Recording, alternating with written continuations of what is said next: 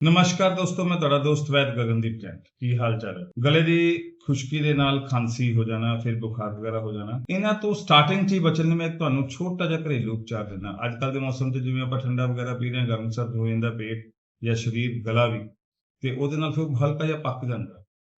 ਅੱਜ ਕੱਲ੍ਹ ਦੇ ਮੌਸਮ 'ਚ ਪੇਟ ਵੀ ਜਲਦੀ ਪੱਕਦਾ ਤੇ ਉਹ ਗਲਾ ਪੱਕ ਜਾਂਦਾ, ਉਹਦੇ 'ਚ ਖਰਖਰਾਹਟ ਵੀ ਹੁੰਦੀ ਹੈ। ਫਿਰ ਉਹ ਤੋਂ ਬਾਅਦ ਚੈਸਟ ਇਨਫੈਕਸ਼ਨ ਹੁੰਦੀ ਹੈ, ਖਾਂਸੀ ਰੇਸ਼ਾ ਵਗੈਰਾ ਬਣਦਾ, ਫਿਰ ਟੈਂਪਰੇਚਰ ਬਣ ਜਾਂਦਾ। ਅੱਜ ਕੱਲ੍ਹ ਦੇ ਮੌਸਮ ਸਟਾਰਟਿੰਗ 'ਚ ਜਾਂ ਤੁਹਾਡੇ ਗਲੇ 'ਚ ਖਾਰਸ਼ ਹੋਵੇ, ਮੈਂ ਤੁਹਾਨੂੰ ਇੱਕ ਛੋਟਾ ਜਿਹਾ ਟੋਟਕਾ ਦਿੰਦਾ।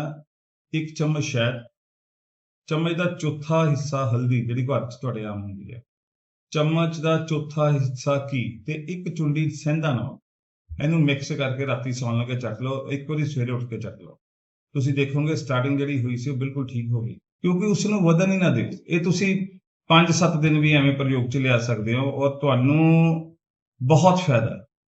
ਇਹ ਜਿਹੜਾ ਤੁਹਾਨੂੰ ਮੈਂ ਨੁਸਖਾ ਦੇ ਰਿਹਾ, ਇਹ ਬਹੁਤ ਪੁਰਾਣਾ ਸਾਡਾ ਖਾਨਦਾਨੀ ਨੁਸਖਾ ਜੀ, ਬਹੁਤ ਪੁਰਾਣਾ। ਹੁਣ ਮੇਰੇ ਦਿਮਾਗ 'ਚ ਇੱਕ ਗੱਲ ਹੋਰ ਆਈ, ਮੈਂ ਜਿੱਥੇ ਤੁਹਾਨੂੰ ਘਿਓ ਤੇ ਸ਼ਹਿਦ ਕਿਹਾ, ਤੇ ਕਈ ਲੋਕਾਂ ਦੇ ਦਿਮਾਗ 'ਚ ਆ ਜਾਂਦਾ ਘਿਓ ਤੇ ਸ਼ਹਿਦ ਮਿਲ ਕੇ ਸ਼ਾਇਦ ਉਹ ਬੋਡੀ ਲਈ ਹਾਨੀਕਾਰਕ ਹੈ, ਪਰ ਐਸਾ ਕੁਝ ਨਹੀਂ ਹੈ ਜੀ। ਘਿਓ ਦੇ ਨਾਲ ਔਰ ਸ਼ਹਿਦ, ਇਹ ਦੋਨੋਂ ਚੀਜ਼ਾਂ ਨਾਲ ਕੋਈ ਫਰਕ ਨਹੀਂ ਪੈਂਦਾ, ਪਰ ਇਹਨਾਂ ਦਾ ਅਨੁਪਾਤ ਬਰਾਬਰ ਨਹੀਂ ਹੋਣਾ ਚਾਹੀਦਾ। ਪਰ ਮੱਖਣ ਔਰ ਸ਼ਹਿਦ, ਇਹ ਦੋ ਚੀਜ਼ਾਂ ਬਹੁਤ ਹੀ ਖਤਰਨਾਕ ਨੇ।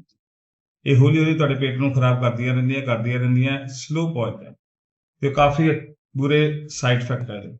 ਮੱਖਣ ਤੇ ਘਿਓ ਕਦੇ ਵੀ ਇਕੱਠੇ ਪ੍ਰਯੋਗ ਨਹੀਂ ਕਰਨਾ ਚਾਹੀਦਾ। ਤੇ ਦੋਸਤੋ, ਜਿਹੜੀ ਖਾਂਸੀ ਲਈ ਤੁਹਾਨੂੰ ਇਹ 4 ਚੀਜ਼ਾਂ ਮੈਂ ਦੱਸੀਆਂ, ਇਹਨੂੰ ਤੁਸੀਂ ਕੰਟੀਨਿਊ 5-7 ਦਿਨ ਪ੍ਰਯੋਗ ਕਰੋ ਔਰ ਤੁਹਾਡੇ ਗਲੇ ਦੀ ਖਾਰਸ਼ ਔਰ ਖਾਂਸੀ ਦੋਨੋਂ ਚੀਜ਼ਾਂ ਬਿਲਕੁਲ ਠੀਕ ਹੋ ਜਾਣਗੀਆਂ। ਧੰਨਵਾਦ ਦੋਸਤੋ। ਫਿਰ ਵੀ ਜੇ ਤੁਹਾਨੂੰ ਕੋਈ ਇਸ ਬਾਰੇ ਖਾਂਸੀ ਬਾਰੇ ਪੁੱਛਣਾ ਚਾਹੁੰਦੇ ਹੋ ਤੇ ਤੁਸੀਂ ਮੇਰੇ ਮੋਬਾਈਲ ਤੇ ਕੰਟੈਕਟ ਕਰੋ 94 170 50 496।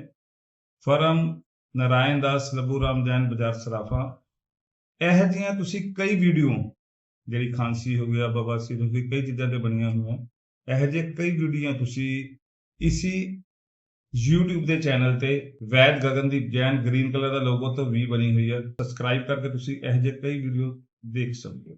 ਠੀਕ ਹੈ ਦੋਸਤੋ, ਧੰਨਵਾਦ।